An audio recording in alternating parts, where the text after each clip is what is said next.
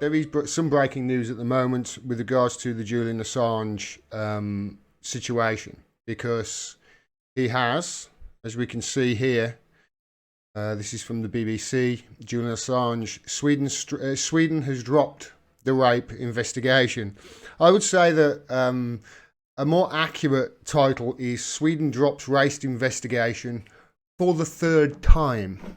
That would be a more accurate description of what's going on here. They say their prosecutors in Sweden have dropped an investigation into a rape allegation made against WikiLeaks co-founder Julian Assange in 2010. They don't say they're into a rape allegation made against WikiLeaks co-founder Julian Assange, but not by the girl. There wasn't an allegation of rape there at all. It gets into the woods. I've covered it on many a video. Assange, who denies the accusation, has avoided extradition to Sweden for 7 years after seeking refuge at the Ecuadorian embassy in London in 2012. No, he didn't. He wasn't avoiding extradition to Sweden. He was avoiding extradition to the United States, because he said that this was all a ploy because they had a sealed indictment with his name on it, which is exactly what happened when he was dragged out of the embassy early on this year. I just want to go down to the bottom of this article quickly, because a lot of what they write here, everything's obviously skewed the establishment way against Assange, and there's very little in the way of positive things, and I'll probably cover this in another video more in depth, but you can see here it says result in a prison term of up to 5 years, it says at the bottom there. What charges does Assange face in the US? Australian-born Assange faces a charge of conspiracy to commit computer intrusion into the US. He's accused of participating in one of the largest level leaks of government secrets, which could result in a prison term of up to 5 years. That's originally what they charged him with. They've since charged him with another, I think 16 or 17 charges, and combined they carry a maximum of 175 years. That's the BBC for you. They are only giving you the bare minimum. They are literally just leaking. We can't give people the truth. If we give people the truth with regards to this and how we are treating him, they're going to get really upset about it. Which is exactly why I think there's such a media ban on it. I said that this is the third time the rape investigation has been dropped. This was the first time. This was back in 2010. This is from the Telegraph. Rape claim against WikiLeaks founder Julian Assange withdrawn. Immediately, that was drawn. That allegation, almost immediately. You can see here a proper news outlet covering the Assange case. Consortium News. This was back in June, I think he wrote it. This is Jonathan Cook, who's an excellent journalist. And if you just have a scroll down to this article here, you can see the details of actually what happened. Just bear me a second and I just need to move that over. There you go, that's a bit better. So you can see it all. So you can see here a proper journalist has written exactly really what this case is involved with and how it all came to be. He said, no judicial authority. In late summer 2010, neither of the two Swedish women allege Assange had raped them when they made the police statements. They went together to the police station after finding out that Assange had slept with them both only a matter of days apart and wanted him to be forced to take an HIV test. There's no allegation of rape here when they went to the authorities. One of the women, SW, refused to sign the police statement when she understood that the police were seeking an indictment for rape. So when the police said, okay, based on what you've said, we're going to indict him for rape, she said, I'm not signing that. The investigation relating to the second woman, AA, was for sexual assault specific to Sweden. A condom produced by AA that she says Assange tore during sex was found to have neither her nor Assange's DNA on it, undermining her credibility. That's an impossibility for it to not have the DNA on it, I think. Sweden's strict laws protecting suspects during preliminary investigations were violated by the Swedish media to smear Assange as a rapist. In response, the Stockholm chief prosecutor, Eva Finn, took charge and quickly cancelled the investigation. I don't believe there is any reason to suspect that he has committed rape. She later concluded there is no suspicion of any crime whatsoever. That's what happened originally. That's what this is all about. That's what this has been talked about in the media non-stop for 9 years. That's what this is all about. It's strange, isn't it, how the media constantly leave those details out of their reporting. It's amazing how the BBC constantly leave that out of their reporting, isn't it? Sweden's strict laws protecting suspects during preliminary investigations were violated by the Swedish media to smear Assange as a rapist. It's really important, that is. They went against their own laws. This would have never got to court in Sweden.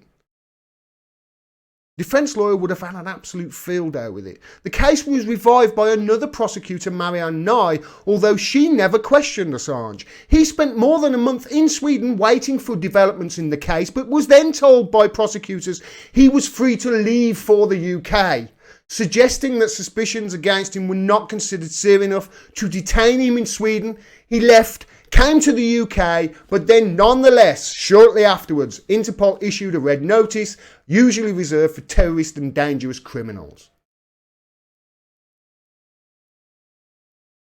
The UK Supreme Court approved an extradition to Sweden based on a European arrest warrant in 2010, despite the fact that it was not signed by the judicial authority, only by the Swedish prosecutor. The terms of the EAW agreement were amended by the UK government shortly after the Assange ruling to make sure such an abusive legal procedure never occurred again. The whole way this whole thing started is just an absolute smite on the judicial systems, not just in the UK, but also in Sweden and the US as well. This is like the OK Corral. This is mafioso running their countries. There's not rule of law in here. This is what doesn't go into the titles of the headlines, the headlines or the articles when the case is of Assange is brought up. This is why they only put Assange and rape there. This is why I think that these investigations were brought up twice more after they were closed back in 2010. Once in 2017, again in 2019, and now they're closed. But they served their purpose. I'll get to that at the end.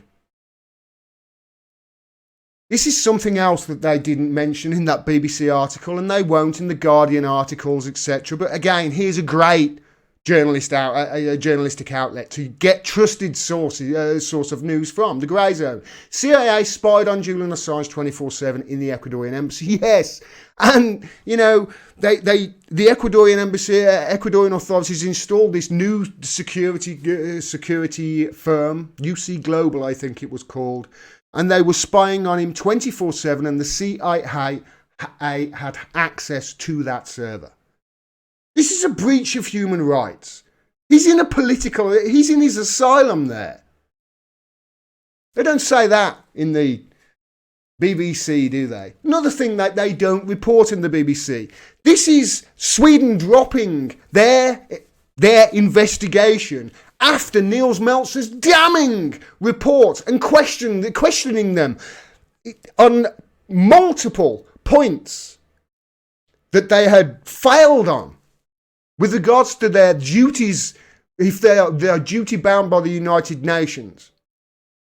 And Nils Meltzer had a damning report and then questioned them. Just put the point after point. Why have you not done this? Why have you not done that? And now Sweden have dropped the case. Something else that the BBC, I don't think they mentioned Nils Meltzer's name anywhere. And as for the political parties, wow. The Conservatives, obviously, they want to ship him off to Donald Trump, their mate. Labour are not much better. Their leaders made one tweet. They've talked more about a Guardian journalist getting roughed up outside of a pub for God knows what, by God knows whom, than they have about what I consider war on journalism. Fortunately, one political party made a statement, the Socialist Equality Party. Chris Marsden, friend of the show, responded to today's announcement by the Swedish Prosecution Authority, the official end of Sweden's 9-year investigation, in quotes, into Julian Assange is the complete and final collapse of an attempted judicial frame-up. The Swedish prosecution authority claims that the evidence has weakened considerably due to the long period of time that has elapsed since the events in question. In reality, the frame-up allegations on which Sweden sought Assange's extradition stand discredited. The Swedish state has been exposed as a pliant tool of Washington. All that remains is the reality of the US espionage charges now being used in an attempt to silence Assange for exposing war crimes. That's what it all comes down to at the end of the day. When all the dust has settled, when all is said and done, that's what it comes down to. Just as we have been saying for almost a decade, and just as the media have been telling you, no, it's to do with something else. Hiding behind it like the cowards they are. This guy's not a coward, Chris Williamson.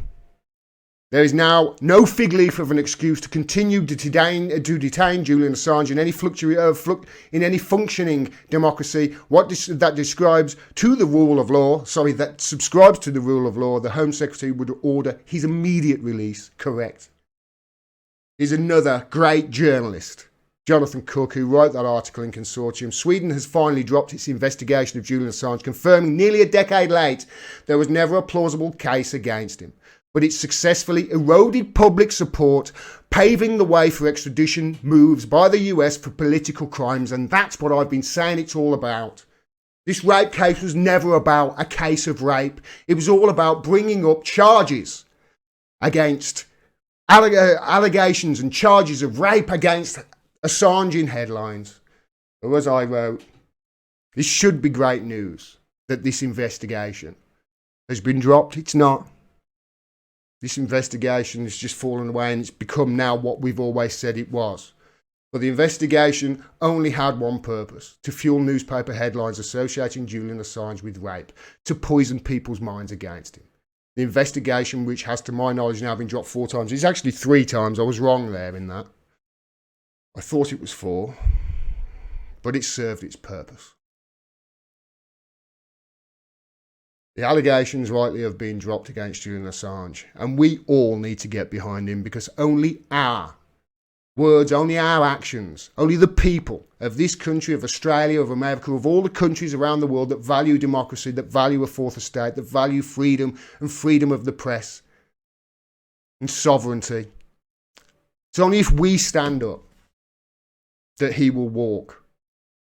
If we do nothing, if we allow the media to be treating us like mushrooms, keeping us in the dark and feeding us on bullshit with regards to the story that is the biggest threat to press freedom in the history of ever, if we allow them to do it, then you know what? In my opinion, we rightfully don't deserve our democracy. We deserve to to have our democracy just slip through our fingers. If we let this happen, we owe it to future generations and we owe it to humanity to make sure that this man is free.